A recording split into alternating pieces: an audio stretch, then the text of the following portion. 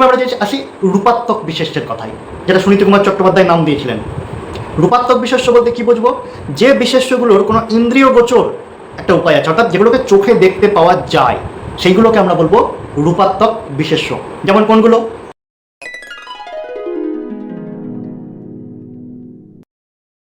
নমস্কার, বাংলা ভাষা ও সাহিত্য ইউটিউব চ্যানেলে আজকে আপনাদের আবার একবার স্বাগত। আমরা আজকে আলোচনা করব বাংলা ব্যাকরণের সম্পূর্ণ নতুন একটি অধ্যায়, এবং অধ্যায়টির নাম হচ্ছে মূলত পদ প্রকরণ। আমরা এর আগে আলোচনা করেছিলাম বাংলা ব্যাকরণের আরও একটি গুরুত্বপূর্ণ অধ্যায়টির নাম হচ্ছে মূলত কারক এবং বিভক্তি।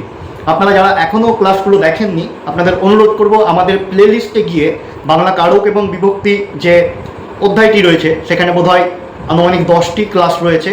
প্রত্যেকটি ক্লাস আপনারা দেখে নিন একবার, তাহলে কারক এবং বিভক্তি সম্পর্কে আশা করছি একটা পরিষ্কার ধারণা তৈরি হবে, যা আপনাদের যে কোনো প্রতিযোগিতামূলক পরীক্ষা অথবা ক্লাস 9, 10, 11, 12 বা একেবারে নিচু থেকে উঁচু ক্লাস পর্যন্ত সেই ক্লাসগুলোতে ব্যাকরণ নিয়ে যাদের সমস্যা বা ব্যাকরণ যে প্রসঙ্গগুলো রয়েছে, সেই প্রসঙ্গগুলো আশা করছি স্পষ্টভাবে বুঝতে পারবেন।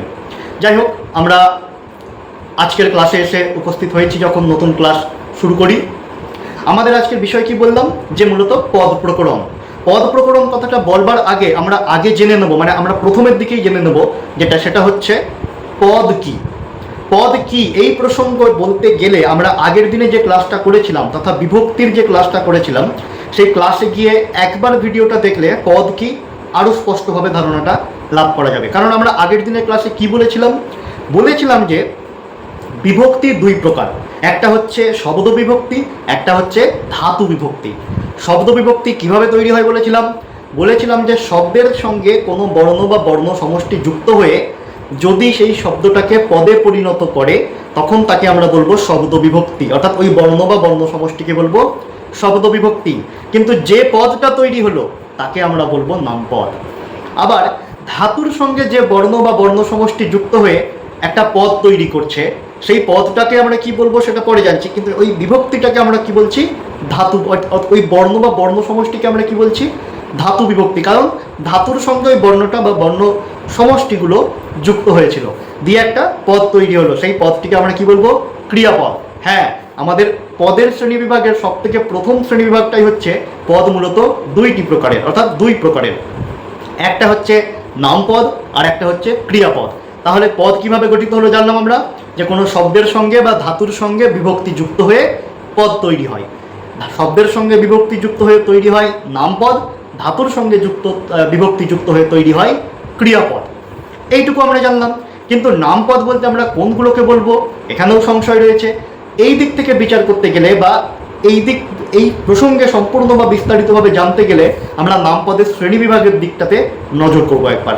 কি নামপদ মূলত 4টি প্রকারের হয়। কি কি সেগুলো? একটা হচ্ছে বিশেষ্য, দ্বিতীয় বিশেষণ, তৃতীয় সর্বনাম, চতুর্থ অব্যয়। অর্থাৎ নামপদ মূলত 4 প্রকার: বিশেষ্য, বিশেষণ, সর্বনাম, অব্যয়। এরপরে আসি ক্রিয়াপদের প্রসঙ্গে। ক্রিয়াপদের যে ভাগগুলো, সেগুলো প্রসঙ্গে আমরা পরে আলোচনা করব। বিভিন্ন দিক থেকে ক্রিয়াপদকে বিভিন্ন ভাগে ভাগ করা হয়েছে। অসমাপিকা ক্রিয়াপদ, সমাপিকা ক্রিয়াপদ, ক্রিয়ার ভাগ রয়েছে, কর্মের ভাগ রয়েছে, এই ইত্যাদি বিষয়গুলো নিয়ে আমরা পরে আলোচনায় আসবো। আগে আমরা আজকে যেটা আলোচনা করব সেটা হচ্ছে নামপদের প্রসঙ্গে। কিন্তু নামপদ বলতে শুধুমাত্র তো একটা পদ নয়। আমরা জানলাম নামপদ মূলত 4 প্রকারের হয়। একটা হচ্ছে বিশেষ্য, বিশেষণ, একটা বিশেষ্য, একটা বিশেষণ, একটা সর্বনাম, আর একটা হচ্ছে অব্যয়। তাহলে বিশেষ্য কি? বিশেষ্যকে নামপদ কেন বলা হচ্ছে? বিশেষ্য বলতে মূলত বোঝায় যে কোনো কিছুর নাম বোঝালে, কোনো কিছুর নাম, অর্থাৎ যে কোনো কিছুর নাম বোঝাবে। কোনো একটা স্পেসিফিক কিছুর নামও বোঝাতে পারে, কোনো একটা দলগত কোনো বিষয়বস্তুর নাম বোঝাতে পারে, কোনো অন্য কোনো বস্তুর, অর্থাৎ যা কিছু নাম বোঝাবে তাই হবে বিশেষ্য। অর্থাৎ যা নাম বলবো, আমরা যদি বলি বইটা দাও, ওই বই হচ্ছে একটা নাম তথা বিশেষ্য পদ। আবার যদি বলি সিনেমা দেখতে যাব, সিনেমা পদটি একটা বিশেষ্য, অর্থাৎ সেটা একটা বিনোদনের বিষয়ের নাম। তাহলে এইরকম যে কোনো নাম বোঝাবে সেই নামগুলোকেই আমরা বলবো বিশেষ্য পদ।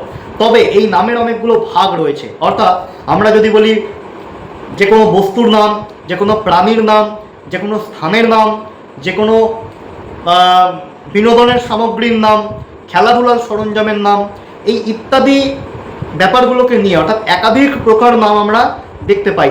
তাই এই একাধিক প্রকার নাম যেহেতু আমরা দেখতে পাই, তাই বিশেষ্যকেও এই একাধিক প্রকারে ভাগ করা হয়।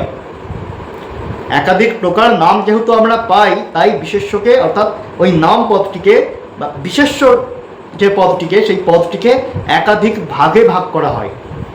সেই ভাগগুলো সম্পর্কেই আজকের ক্লাসে বিস্তারিতভাবে জানব। যেমন বিশেষ্যর মধ্যে আমরা অনেকগুলো শ্রেণীবিভাগ লক্ষ্য করি।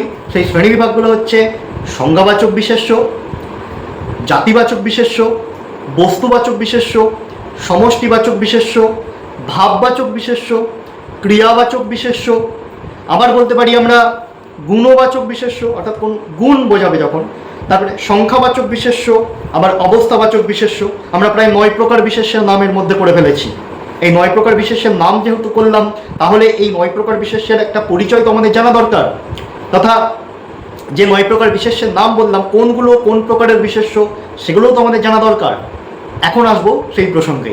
আমরা প্রথমেই বললাম সংজ্ঞাবাচক বিশেষ্যের কথা।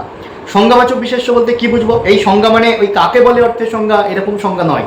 সংজ্ঞা বলতে কোনো একটা স্পেসিফিক নামের কথা বোঝানো হচ্ছে এইখানে। কি স্পেসিফিক নাম? ধরুন একজন মানুষ, সেই মানুষটার একটা নাম আছে, স্পেসিফিক কোনো নাম আছে, তার নাম ধরলাম আমি নিলয়। এই নিলয় পদটি হচ্ছে সংজ্ঞাবাচক বিশেষ্য। আবার ধরুন একটা স্থান, সেই স্থানটার একটা কোনো স্পেসিফিক নাম আছে, নামটা কি আমি বললাম হাওড়া, আমরা বললাম হুগলি, আমরা বললাম বর্ধমান, আমরা বললাম কলকাতা। তাহলে এগুলো প্রত্যেকটা একটা স্থানের নাম বোঝাচ্ছে এবং স্থানের স্পেসিফিক নাম বোঝাচ্ছে। তাই এই স্পেসিফিক নামগুলোকে আমরা বলবো সংজ্ঞাবাচক বিশেষ্য। আমরা বললাম কোনো একটা নদীর নাম, নদীটার নাম কি? আমরা বললাম ময়ূরাক্ষী, আমরা বললাম গঙ্গা, আমরা বললাম দামোদর, আমরা বললাম অজয়। এই যে প্রত্যেকটা আলাদা আলাদা নাম বলছি, সেটা একটা নদী একটা জাতি বোঝাচ্ছে, সে জলধারা, সেই জলধারাটার স্পেসিফিক নাম, অর্থাৎ আলাদা আলাদা নদীর আলাদা আলাদা নাম।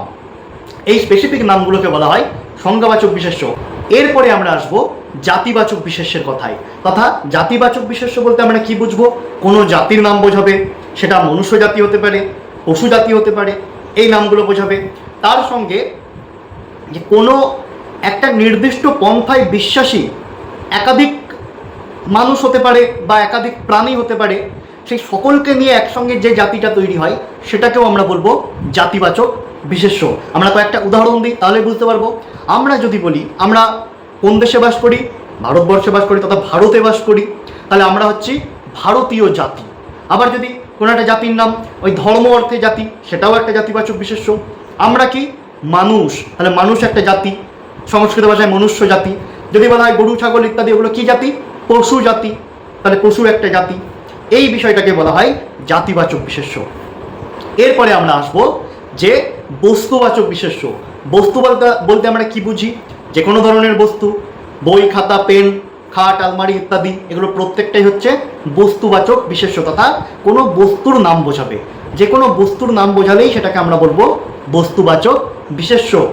এরপরে আমরা আসবো সমষ্টিবাচক বিশেষ্য।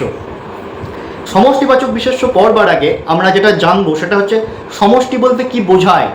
সমষ্টি বলতে আমরা খুব ছোট থেকে জানি, সেটা হচ্ছে সমষ্টি বলতে বোঝায় কোনো একটা দলকে, অর্থাৎ জোটবদ্ধতা, অর্থাৎ মোট বোঝায়, অনেকগুলো একসঙ্গে বোঝায়, এটাকে বলবো আমরা সমষ্টিবাচক বিশেষ্য। তাহলে এমন কিছু পদ বাংলায় রয়েছে যে পদগুলোর দ্বারা কোনো একটা দল বা সমষ্টি বোঝায়, সেই ধরনের পদগুলোকেই আমরা বলবো সমষ্টিবাচক বিশেষ্য। যেমন উদাহরণ দেখি, আমরা বললাম যে শ্রেণী, অর্থাৎ শ্রেণী বলতে বোঝাচ্ছে সেখানে একজন মানুষ নয় বা একজন নয়, সেখানে অনেকজনের অবস্থিতি বা উপস্থিতি রয়েছে। আবার ধরুন বললাম দল, আবার ধরুন বললাম সভা, আবার ধরুন বললাম পঞ্চায়েত। প্রত্যেকটি ক্ষেত্রেই দেখা যাচ্ছে বা প্রত্যেকটি উদাহরণের মধ্যেই দেখা যাচ্ছে কোনো একজন স্পেসিফিক ব্যক্তিকে বলা হচ্ছে না, একাধিক ব্যক্তির সমন্বয়ে গঠিত একটা গোষ্ঠী। এই গোষ্ঠীপদটাও হচ্ছে সমষ্টিবাচক বিশেষ্য, এদেরকে বোঝানো হচ্ছে। এই গেল হচ্ছে সমষ্টিবাচক বিশেষ্য। এরপরে আমরা আসবো সংখ্যাবাচক বিশেষ্য। সংখ্যাবাচক বিশেষ্য বলতে কোনো সংখ্যার নাম, সেই সংখ্যার নামটাকে বোঝালেই সংখ্যাবাচক বিশেষ্য হয়ে গেল। একটা সংখ্যার নাম, 2 সংখ্যার নাম, 100 একটা সংখ্যার নাম, 500 একটা সংখ্যার নাম। তবে সেটা নাম হিসাবেই বাক্যের মধ্যে প্রযুক্ত হতে হবে। কোনো একটা নামের পরিসংখ্যান হিসাবে যদি ব্যবহৃত হয় তবে সেটা হয়ে যাবে কিন্তু বিশেষণ। আমরা এই সংখ্যাবাচক বিশেষ্য এবং সংখ্যাবাচক বিশেষণ দুটো ক্ষেত্রে অনেক সময় মানে সংশয়ের মধ্যে ভুগি। সংখ্যাবাচক বিশেষণ বলতে কোনো একটা নাম বা বিশেষ্য তার পরিসংখ্যান বোঝাবে, তখন সেই সংখ্যাটা হবে সংখ্যাবাচক বিশেষণ। আর যখন ওই যে সংখ্যাটা, সেই সংখ্যাটা নিজে একটা বিশেষ্য বা নাম বোঝাবে, তখন সেটা হবে যে সংখ্যাবাচক বিশেষ্য। এরপরে আমরা আসি যে গুণবাচক বিশেষ্য। গুণ মানে কি? যে কোনো ধরনের গুণ হতে পারে। সেটা গুণ বলতে শুধুমাত্র যে মহত্বতা তা কিন্তু নয়, এখানে গুণ বলতে মানুষের একাধিক রকম গুণ থাকে, অর্থাৎ সেই দোষগুলোকেও গুণের পর্যায়ে বা গুণবাচক বিশেষের মধ্যেও নিয়ে আসা হচ্ছে। যেমন দোষ, গুণ, কোনো কুটিলতা, রাগ, দ্বেষ, ঘৃণা ইত্যাদি প্রত্যেকটা বিষয় হচ্ছে গুণবাচক বিশেষ্য। যে কোনো ধরনের মানে যে কোনো ধরনের গুণ, সেটা রাগ হতে পারে, সেটা হতে পারে কোনো ভালো গুণ হতে পারে, খারাপ গুণ হতে পারে, যাই হোক না কেন সেগুলোকে বলবো আমরা গুণবাচক বিশেষ্য। যেমন হচ্ছে যদি বলি কামনা, ঔদ্ধত্য, তিক্ততা, প্রত্যেকটাই তো মানুষের একটা গুণ। অভিমানী, এটাও একটা গুণ, অর্থাৎ সে ভালো গুণ হোক বা খারাপ গুণ হোক, এটা একটা গুণ, তাই এটাকে বলবো আমরা গুণবাচক বিশেষ্য। এরপরে আমরা আসবো ভাববাচক বিশেষ্য। ভাববাচক বিশেষ্য বলতে কি বুঝবো? অনেকটা গুণবাচকের কাছাকাছি, কিন্তু সম্পূর্ণ গুণবাচক নয়। ভাব বলতে মনের একটা ভাব প্রকাশ করবে, মনের একটা ভাব প্রকাশ করবে, তাকে আমরা বলবো ভাববাচক বিশেষ্য। উদাহরণ দেখি, আমরা বললাম আনন্দ হচ্ছে, আনন্দ একটা মনের ভাব, আনন্দ কিন্তু গুণ নয়, আনন্দ হচ্ছে মনের একটা ভাব। আমাদের ভয় হচ্ছে, ভয় কোনো গুণ নয়, ভয় হচ্ছে মনের একটা ভাব। দুঃখ হচ্ছে, দুঃখ হচ্ছে মনের একটা ভাব। এই যে ভাবগুলো, বিষাদ, হর্ষ, এই যে যে বিষয়গুলো, এগুলো প্রত্যেকটা একটা মনের ভাব, এগুলো গুণ বা দোষ নয়, তাই এগুলি হচ্ছে ভাববাচক বিশেষ্য।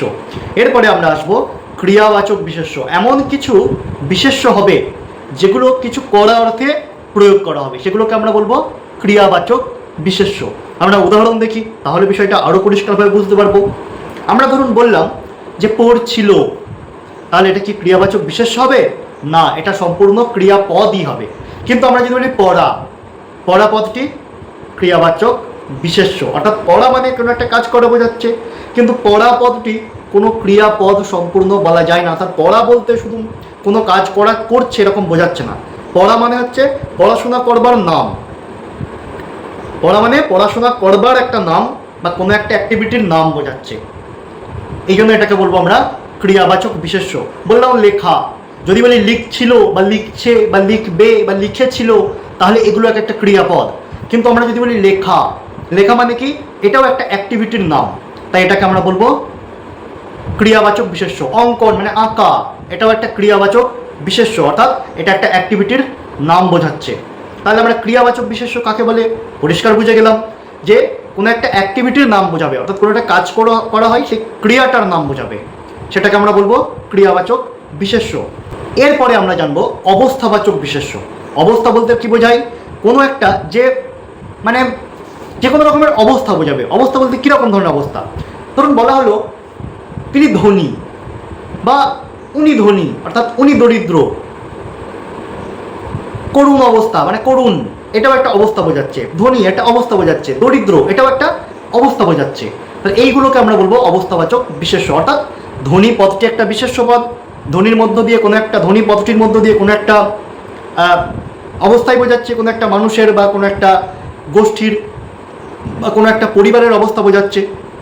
দরিদ্র এই পদটির মধ্য দিয়েও কোনো একটা অবস্থাই বোঝাচ্ছে, সে দরিদ্র, তার অবস্থা কেমন, সে দরিদ্র, তাহলে এখানে অবস্থা বোঝাচ্ছে। তাহলে এই পদটি হচ্ছে অবস্থাবাচক বিশেষ্য।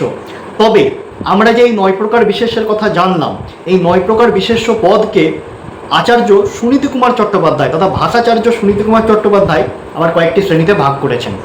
কীরকম শ্রেণীতে ভাগ করেছেন? তিনি বলতে চাইছেন যে এই যে রূপের একটা দিক আছে, অর্থাৎ রূপ বলতে তার গঠন, অর্থাৎ কেমন রূপে সেগুলো অবস্থান করে, এই দিকটার দিক থেকে এই 9 প্রকার বিশেষ্যকে 3টে ভাগে অর্থাৎ 3টি শ্রেণীতে ভাগ করেছেন। ঠিক, ভাষাচার্য সুনীতি কুমার চট্টোপাধ্যায় রূপের দিক থেকে বিশেষ্য পদকে বা 9 প্রকার এই যে বিশেষ্য পদ আমরা আলোচনা করলাম, এই 9 প্রকার বিশেষ্যকে 3টি ভাগে ভাগ করেছেন। কি কি ভাগগুলো? একটা হচ্ছে রূপাত্মক, আরেকটি হচ্ছে অরূপাত্মক, আরেকটি হচ্ছে অর্ধরূপাত্মক। তাহলে কি কি বললাম? রূপাত্মক, অরূপাত্মক আর হচ্ছে অর্ধরূপাত্মক। এখন এই 3 প্রকার বিশেষ্যের মধ্যে কোন বিশেষ্যগুলো পড়বে? আমরা তো 9 প্রকার বিশেষ্যের কথা জানলাম। এই 9 প্রকার বিশেষ্যের মধ্যে এই বিশেষ্যগুলো এই 3 প্রকার বিশেষ্যের অন্তর্গত। কিভাবে আমরা বুঝবো? প্রথমে আমরা যে আসি রূপাত্মক বিশেষ্যের কথায়, যেটা সুনীতি কুমার চট্টোপাধ্যায় নাম দিয়েছিলেন। রূপাত্মক বিশেষ্য বলতে কি বুঝবো? যে বিশেষ্যগুলোর কোনো ইন্দ্রিয় গোচর একটা উপায় আছে, অর্থাৎ যেগুলোকে চোখে দেখতে পাওয়া যায়, সেইগুলোকে আমরা বলবো রূপাত্মক বিশেষ্য। যেমন কোনগুলো? সংজ্ঞাবাচক, অর্থাৎ কোনো একটা ব্যক্তির নাম বোঝাচ্ছে, সেই ব্যক্তিটাকে তাহলে আমরা চোখে দেখতে পাই। কোনো একটা স্থানের নাম বোঝাচ্ছে, সেই স্থানটাকেও আমরা চোখে দেখতে পাই। কোনো একটা নদীর নাম বোঝাচ্ছে, সেটাকেও আমরা চোখে দেখতে পাই। তাহলে দেখতে পাই, সেই জন্য এটাকে বলবো আমরা রূপাত্মক বিশেষ্য। তাহলে সংজ্ঞাবাচক বিশেষ্য, সমষ্টিবাচক কোনো দল বা শ্রেণীকে আমরা চোখে দেখতে পাই, তাই এটা হচ্ছে রূপাত্মক বিশেষ্য। আবার যদি বলি বস্তুবাচক বিশেষ্য, সেটাও রূপাত্মক বিশেষ্য, কোনো বস্তুকে আমরা চোখে দেখতে পাই। আবার আমরা যদি বলি যে জাতিবাচক বিশেষ্য, কোনো জাতিকেও আমরা চোখে দেখতে পাই। তাই এগুলি প্রত্যেকটাই হচ্ছে রূপাত্মক বিশেষ্য, অর্থাৎ যেগুলোর রূপ আছে, যেগুলোকে চোখে দেখতে পাওয়া যায়, যার একটা ইন্দ্রিয় গোচর রূপ আছে, তাকে আমরা বলবো রূপাত্মক বিশেষ্য। এরপরে আমরা আসবো অরূপাত্মক বিশেষ্য, অর্থাৎ এমন কিছু বিশেষ্য রয়েছে যে বিশেষ্যগুলোকে চোখে দেখা যায় না, যার কোনো রূপ নেই, সেগুলোকে আমরা বলবো অরূপাত্মক বিশেষ্য। সেগুলো এই যে 9 প্রকার বিশেষ্যের কথা আমরা জানলাম, এই 9 প্রকার বিশেষ্যের মধ্যেই সেগুলো রয়েছে। যেমন আমরা কি যদি বলি ভাববাচক, ভাবের কি কোনো রূপ আছে? গুণবাচক, গুণের কি কোনো রূপ আছে? আবার যদি বলি ক্রিয়াবাচক, ক্রিয়ার কি কোনো লেখা? লেখা মানে একটা লেখা একটা অ্যাক্টিভিটির নাম বোঝাচ্ছে, সেটার কোনো রূপ নেই, তাই এটা হচ্ছে অরূপাত্মক।